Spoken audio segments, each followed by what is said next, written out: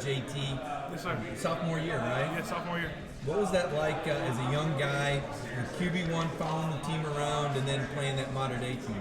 Yeah, that was great. That was a long time ago. It's like 4 years ago. That was my first ever career start, so that was pretty crazy because they were the #1 team in the nation at the time in high school.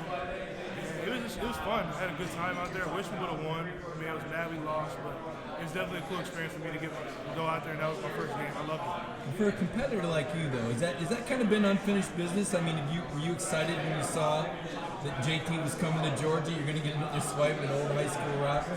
I don't think so. Not as much like not unfinished business. I think I was more excited about that. The quality opponent that we're playing as the first game in Georgia. That it's a great quality opponent. That they're going to be a top 5 team, top 4 team, and it's just I want to play. We all want to play against great teams, and that's why we come to college football. That's why we come to Clemson to play against great players and great teams. So that match zone is something Clemson does a little bit of. Are you familiar with that defense they play, and just what have you seen out of that? Watch them on film. I mean, they do a lot of great things, do a lot of different things. I feel like they have a really good defense. They have a really great personality that really fits their defense. DJ, back in the spring, Dabo said one of the main objectives for you this summer was to get your body in the best possible physical shape. Yes, I don't think that necessarily meant a number on the scale. It sounds like you're still 250, but how do you feel like just physically your body's ready for the duration of this? No, definitely. Physically, I feel a lot better than last year. Definitely have dropped weight. Probably like at the end of the season, I'm probably around like 258 end of the season last year. So right now I'm around like 250. But I'm definitely lost, gotten stronger, gotten faster, lost fat and different stuff like that, 100%. Were you on a pretty strict diet this summer? A little bit, yeah, How much definitely. Bojangles did you actually get to eat? I mean, I get to limit it. I get to limit Bojangles. I can't eat it all the time, but I get to limit it. Though. But as long as I do a little bit of extra workout right after I eat Bojangles, it'll be all right. DJ, how much have you been able to learn about the Clemson-Georgia rivalry and the historic nature of the matchup between the two teams this offseason? I don't know too much about it. I know it's a huge matchup. I mean, we're probably I think we're only like an hour and a half away from each other, so it's basically we're closer than probably us to South Carolina. We're probably closer to Georgia than South Carolina, so I know we're really close. I know a lot of our players come from Georgia, like Scott. There's a lot of people that come from Georgia that come from around the area. But I feel like I don't know too much about the rival. I just know it's a rival. DJ, from that time you basically started against Modern Day. You got recruited here soon after. You came out here pretty early. Like the notion of you becoming the starter as a sophomore, it's kind of long been expected, right? Like you were going to come, replace Trevor. That was, I imagine, the pitch. What's it feel like that's finally here now? Obviously, you started twice last year, but it's your team, your program. What's it feel like that this moment's arrived? Kind of surreal. I mean, it's definitely something I've always wanted. Kind of a dream to be able to be a starting quarterback in college, and also be a starting quarterback for Clemson. So it's definitely been a long time coming, and I feel like I put enough work in to be able to be in this position. You're obviously there's been an impressive lineage, back to back with even Taj. Just what's it feel like to be the next guy in that line? I mean, it's a true honor. I mean, there's been great quarterbacks starting at Taj Boyd even before that, but just the line of quarterbacks that we've had in the past couple of years has been amazing.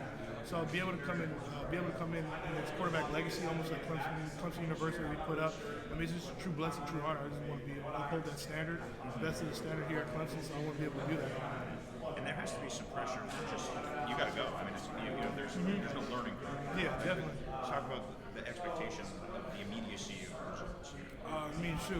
My goal is to go 15-0, win that championship. So, I mean, that's my goal is to be able to do that. I don't want to hit the ground running, start off fast, and stay fast.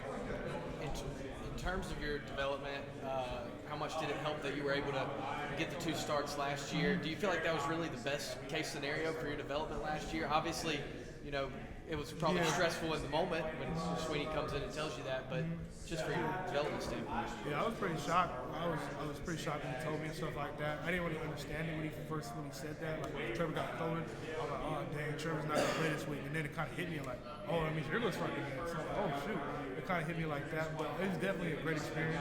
I definitely look back on it. Definitely will help me coming into the season. What's today been like? Is like today one of those days where you're like, okay, like I am the starting quarterback who comes in now? Yeah, definitely.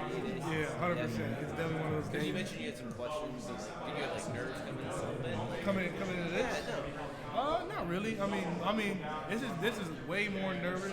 I get way more doing this than playing a football game. 100%. I I get a lot more nervous doing like questions and stuff like this, but I kind of just treat it like I'm having fun, trying to treat it like a conversation and stuff like this. One more on JT Daniels, DJ. What did you like about his game? Obviously, you saw a lot of him out there at Mater Day.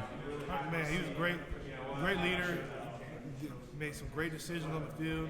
His instincts were really well, and he was a really good runner back in high school. He could really spin the ball. He had some great weapons, and he was really good at extending the plays. And he was just, I know one thing, he was always really smart. He understood the game.